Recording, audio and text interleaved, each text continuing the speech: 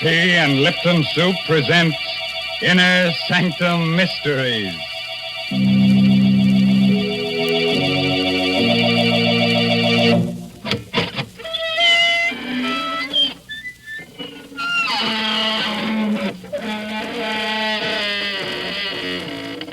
Good evening, friends of the Inner Sanctum.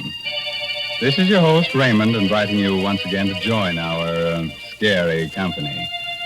Please come in, won't you? We have a full quiver of shivers this evening, and what? You say it's rather cold in here. Well, some of the chills of our story must have leaked out. Why don't you all huddle together? There's so much comfort in having someone else beside you instead of being besides yourself. Now, Mr. Raymond, that's no way to welcome people.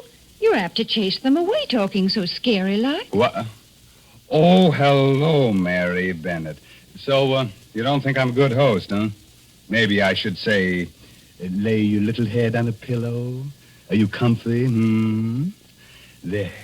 Now, Uncle Raymond will drone you to sleep with a bedtime story, and when you wake up, Aunt Mary will give you a nice hot plate of Lipton's noodle soup. Oh, dear. There's just no talking to you. Folks, please don't listen to the way he talks about Lipton's noodle soup. Try it for yourself. You just don't know how good noodle soup can be until you've tasted Lipton's. It's got such a grand chickeny flavor. It really tastes homemade. And then, of course, Lipton's noodle soup comes in a package, so it's no work to prepare. You just empty it into boiling water, and in a jiffy, soup's on. And another thing, Lipton's makes lots more and costs less than canned soups. Well, thanks for the hot facts, Mary. And here's a fact for you. Did you know that more than 2/3 of the Earth's entire surface is unknown? The salty wastes of the sea? Only a short distance under the surface, death lurks in 100 different shapes. And that's where we're going to take you tonight in Robert Newman's strange story of Death in the Depths.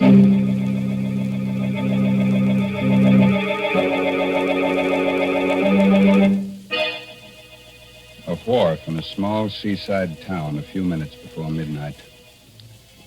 Moored to the dock, just barely visible through the thick fog, is a stubby, broad-beamed ship. Suddenly, out of the swirling mist, a man and woman appear. He is tall, heavy-set, carries a sea bag over his shoulder. She's slim, attractive. They reach the end of the dock, and he stops, his face haggard. I can't do it, Leila. I just can't. That's all there's to it. Stop arguing and get on board there. Well, I'm telling you, I can't, Leila. I can't. Why even think about it? The way the water looks down under. Feel of it pressing against you. And I'm telling you that you're going whether you like it or not. 2 years of living in crummy second-rate rooming houses. That's plenty, see? Too much. You're going back to doing something that really pays off. But, Leila, I told you to shut up. Now stop squawking and let's go aboard. Okay. Hi there, the Gasca Bay. Is Captain Brody around? I'm Brody. Come aboard. Evening, Captain. My name's Farrell. This is my wife. Hello. I understand you're going off on a job and you're looking for divers. Well, yes, I am. We've got a salvage job off the Keys. It's a tough one, 20 fathoms. We only use real deep water men. What did you say your name was again? Farrell. Steve Farrell. You mean Big Steve Farrell? Why don't you say so? Sure, I can use you. Wait right there. I'll go get the paper. Okay, Captain. Well, was that so tough? Leila, for heaven's sakes, don't make me do it. You don't know what you're asking me to do it. It's like sending me... Leila. Did you hear that? 9 bells. What of it? What of it? There's no such thing as 9 bells. It's like a clock striking 13 o'clock. Well, it means death. The only other time I ever heard it was when Curly... Listen, I'm getting sick of this, see? You don't want to do any more diving because you've lost your nerve. And because a bell rings 9 times instead of 8, you say it means something. Well, what do you think it would mean if I told the police a couple of things I know? I'll tell you. It would mean the chair.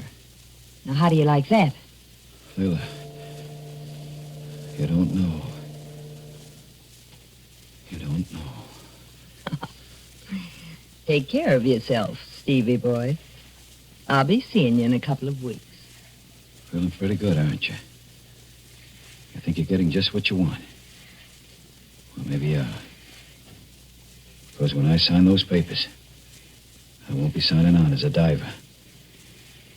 I'll be signing my own death certificate.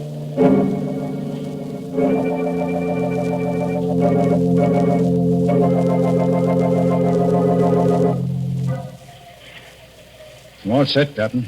Any instructions before they close me up? No, Steve. Can't expect much on a first dive, but see if you can determine the extent of the damage. All we know about her now is that she's about 1,500 ton. Her name was the Santa Elena. She went down the collision. Right, Captain. Okay, close them up. Start the pumps.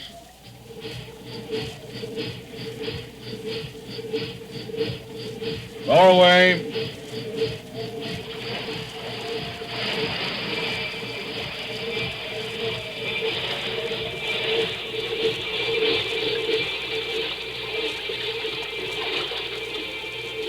I'm scared. Scared. I swore I'd never go down again. But here I am. It's all just the way I remembered it. Nothing at first but the quiet. Just the pumps like the echo of your heart beating. And the light fading as you go down. Getting darker. And the cold. The pressure building up. Pressing harder and harder. Gripping you tighter and tighter as if you were being swallowed by something alive. Always down below where you can't see it. Something waiting. Something that... Stop it. Gotta stop it. It was a time when I really used to like diving. When did it all begin? This fear. Yes, that night in the bar in Tampa. She told me she married Curly. Well, this is certainly quite an evening you're giving me, Steve. It's more like a wake than a celebration. Why are you looking at me like that? Wondering whether I should kill you. Whether I should talk to Curly and let him do it. What do you mean? You know what I mean. You know Curly. You ever found out how things go with you and me? Well, he's just young enough and crazy enough about you to put you away for keeps. I can handle Curly with my little finger. And besides, you wouldn't do anything like that. Wouldn't I? Why'd you meet me here tonight? You know it's because you wish you were married to me instead of him. So what? What are you going to do about it? You know darn well he'll never let me go. No. I guess he won't, but... We've got to do something. Yeah, but what? After all, he works for me. Diving's kind of dangerous. As a matter of fact, we're getting off on a job tomorrow that's pretty tricky. Steve. When you want something badly enough, there's always a way of getting it.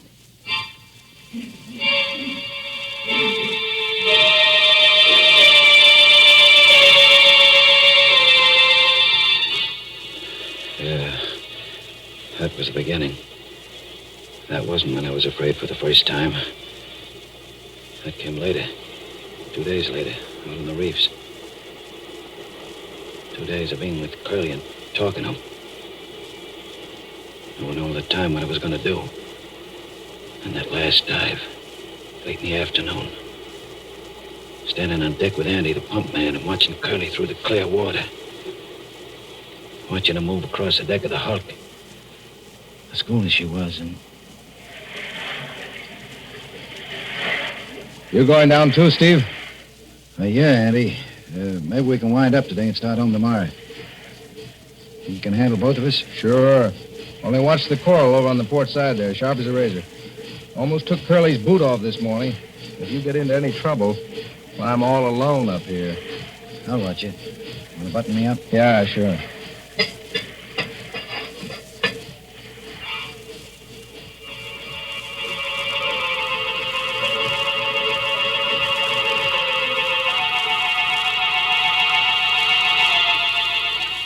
down then.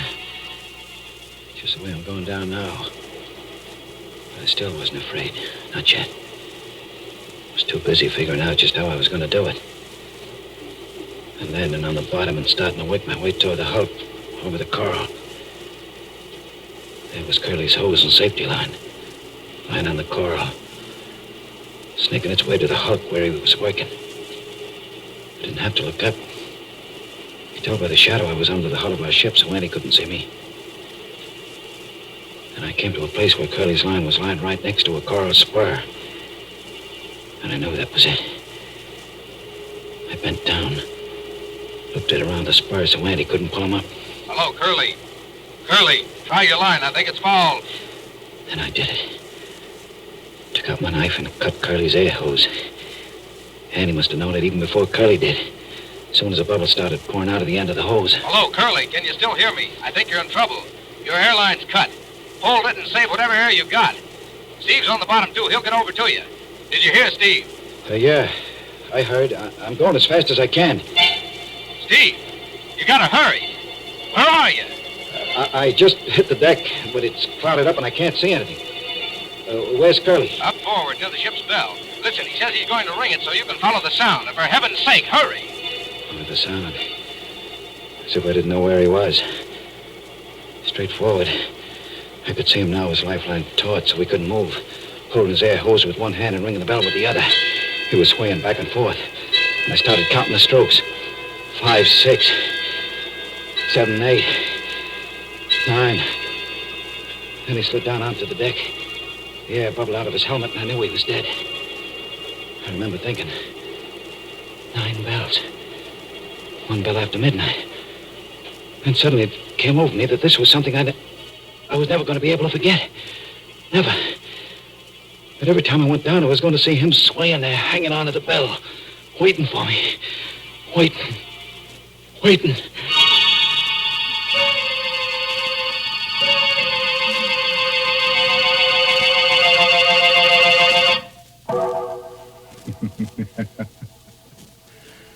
So that's why Steve Farrell wouldn't go back to his old profession of deep-sea diving. I should think it would lose some of its appeal if you expect to meet a dead man every time you go down. How about that, Mary? Climb aboard and tell us what you think. Well, Mr. Raymond, I certainly wouldn't like to be a deep-sea diver. To be all alone down there in the cold water with fishes and all sorts of things swimming around you. That's not for me. Oh, but just think, Mary, when you come up, you could have a nice hot plate of Lipton's noodle soup. I think you've really got something there. Lipton's noodle soup would sure be welcome at a time like that. It's such a heartwarming dish. It perks you up just looking at it, looking at those tender noodles floating in that golden broth. My, I'm getting to talk fancy. But really, folks, Lipton's does taste sort of special. It's got a chickeny flavor, and it just tastes homemade, like the old-fashioned noodle soup you used to make yourself. But heavens, I don't want to be interrupting Mr. Raymond's story, so I'll just say, try Lipton's real soon, won't you, folks?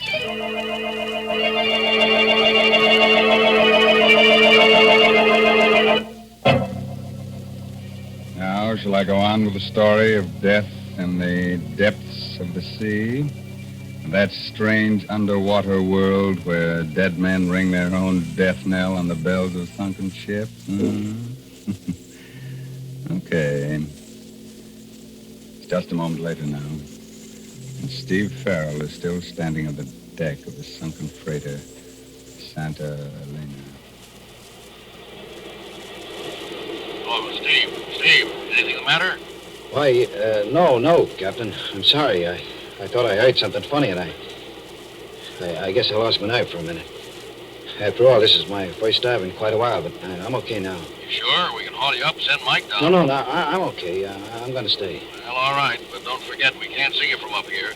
So keep talking all the time so we'll know exactly where you are and what you're doing. Check. I'm up forward now on the port side of the deck. I'm just going inside. The companionway door is jammed shut, and I'm blinking on it.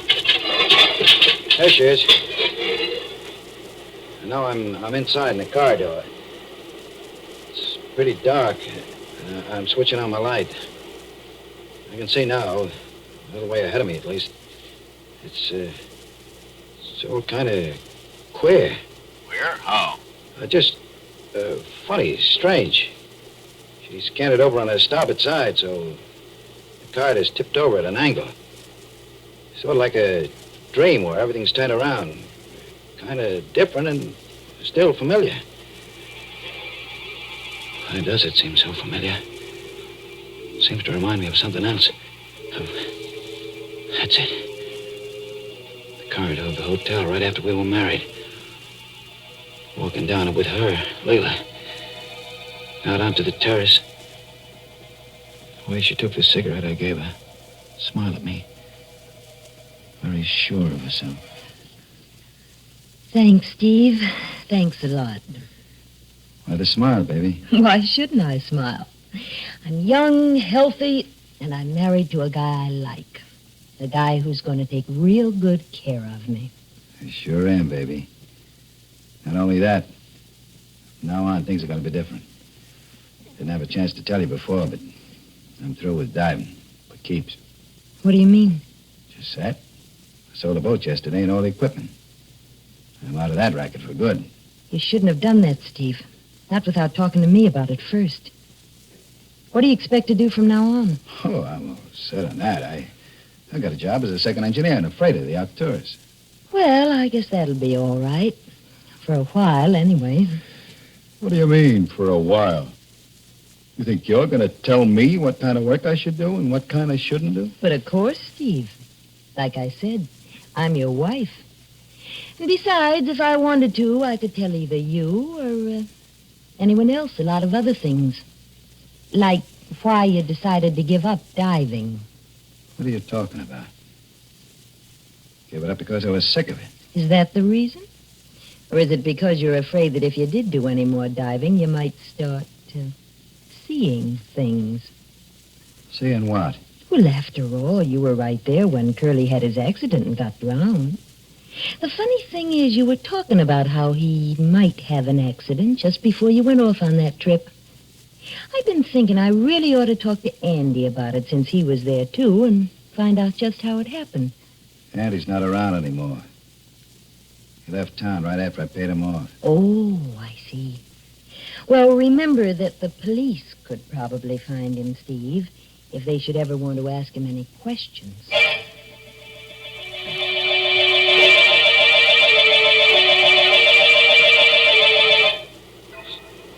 Steve, what's the matter? Why don't you answer? Where are you? What? I'm sorry, Captain. Nothing's the matter. I guess I was just thinking about something else, and I'm at the end of the corridor now. Just opening the door to the engine room. I'm going across the gratings now and down the stairs. Funny. Something kind of familiar about all this. Pattern in the grills. Picture the stairs. Hey, Captain, what did you say the name of this tub was? Santa Elena. Panamanian registry, I think. Why? She kind of reminded me of another ship, the Arcturus. The Arcturus? What made me think of her? I know why. A year and a half in which I almost forgot about Curly. What had happened down there on the deck of the schooner. A year and a half in which I was almost happy, even with Leila. And that night, the night McHenry came up to me when I was on watch in the engine room. Hi, Steve. How are they going? Swell, Chief. I just cut number 2 in again, and she's burning like a kitten. Good. Look, Steve, the old man claims she's a little bit heavy. He wants us to sound out the pumps and check the bilge. I told him he was crazy, but, well, maybe we'd better. Okay, Chief, I'll get on it right away. Anyone around to give you a hand? I don't really need any help. But if I want him, Swanson's I have someplace. Well, report to me as soon as you're finished. Right, Chief.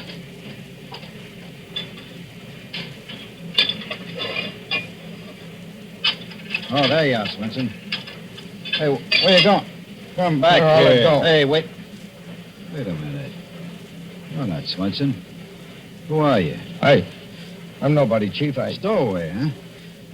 Hiding down here behind the boiler. Give me a break, will you, Chief? I ain't doing nobody any harm. Where I'll be. Steve, big Steve Farrell. Andy. Andy Andrews. And I wanted a break. This is terrific, Steve, like money in the bank. What happened to you anyway? Oh, usual thing, run of tough luck. Been out of work for about a year now. Look, Steve, I'm pretty hungry. I ain't had nothing to eat since we left port. I guess I could pick up some stuff from the galley for you. But you'll have to be careful. It'd be the devil to pay if they found out I was hiding. Good old Steve. I know you wouldn't let an old shipmate down. And, Steve, while we're at it, I could use a little cash, too. Yeah, I figured that. Well, when we get to port, I guess I could let you have 10 or 20. That's not enough. I was figuring on, like, 500 for a starter. 500? Are you nuts? I don't think so, Steve. You see, after Curly had his little accident and you sold the boat and all the equipment, I figured you'd given up diving because you were kind of upset about it. Then I heard you'd married his widow, that Leela dame. I started thinking back. I remembered how Curly's air hose looked after we pulled him up. The place where it was cut wasn't rough, like it'd been done by Coral. It was clean, like it'd been done with a knife. So that's it. Blackmail. Oh, why do you have to use words like that, Steve? Okay, Andy. It's going to be a little tough to get, but... Wait a minute. What is it? Someone's coming, one of the wipers. We got to find some place for you to hide. I know. Down there in the bilge. Here, climb in. Right down through that Oh, but it's almost full of water. There's plenty of room and you'll be safe there. Really safe. Oh, okay, but you better not... Oh, what are you doing? Let go of me! Let go! Help! Help! You'll be safe here, all right. I'll see to that. Stop struggling like that, Andy. It's not going to do you any good. And I'm in too deep already to let you go wandering around with what you know. And, weeks before they find you down here in the bilges. Maybe they never will. And if they do, they'll figure you tried to hide down there and got drowned all by yourself.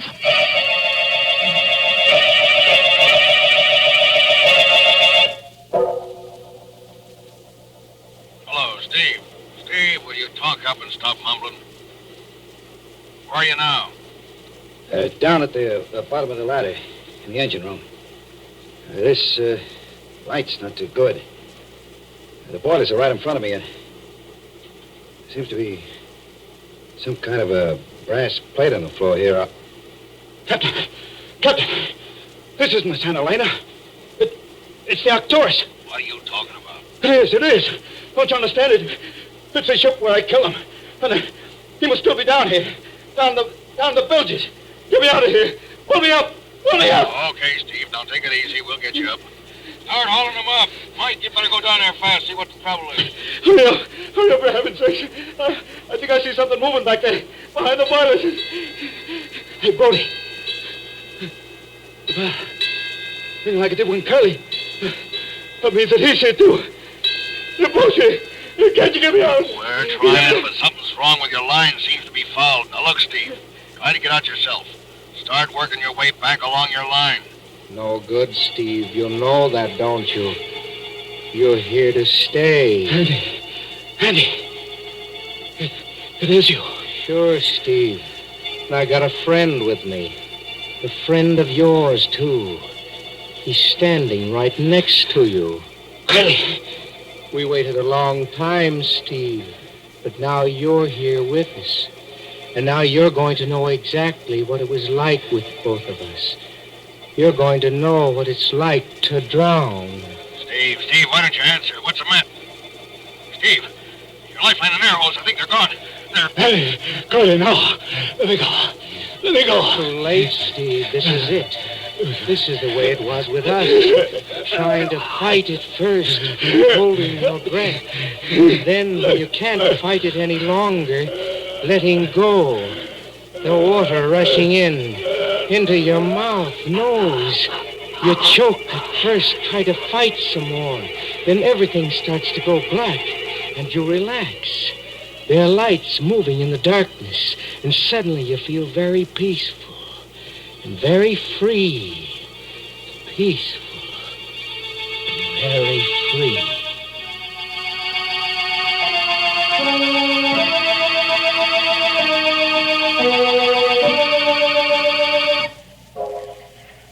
Did you find him, Mike?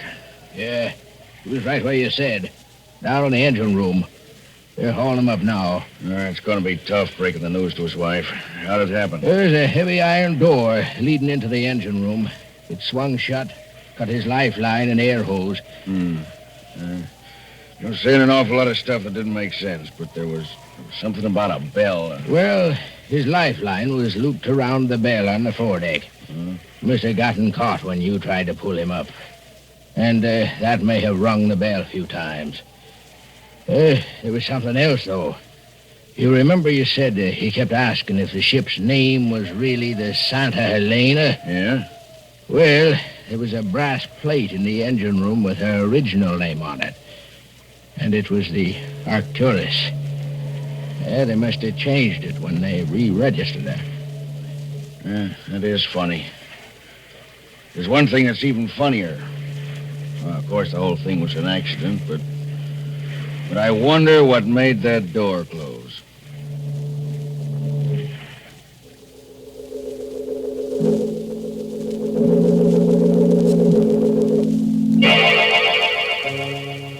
Oh, you do, huh? Even with two able-bodied ghosts about? But that's the way we like to leave you, with a couple of things to keep you wondering. And when we do, then we've known we've really rung the bell. The, funeral bell. Oh, Mr. Raymond, with all the different kinds of bells there are, why do you have to talk about that kind? All right, Mary. Pick your own bell, see if I care. All right, then I'll choose a dinner bell. Will you ring it 9 times? Huh? No, sir. You only have to ring it once if you're serving Lipton's noodle soup.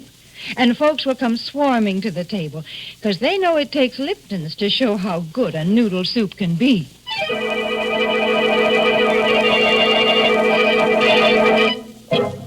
Now, before I close the Inner Sanctum, here's a word of advice. If you should have nightmares tonight about drowning men and wake up with a start and see a strange figure in your room, a figure with staring eyes and seaweed in its hair, dripping water on the floor, don't be alarmed. Just ask it for its haunting license. Brother. By the way, this month's Inner Sanctum Mystery novel is Net of Cobwebs by Elizabeth Sanksay Holding. Now it's time to really close that squeaking door until next week at this same time when Lipton Tea and Lipton Soup present another Inner Sanctum Mystery directed by Himan Brown. So until then, good night. Pleasant dreams.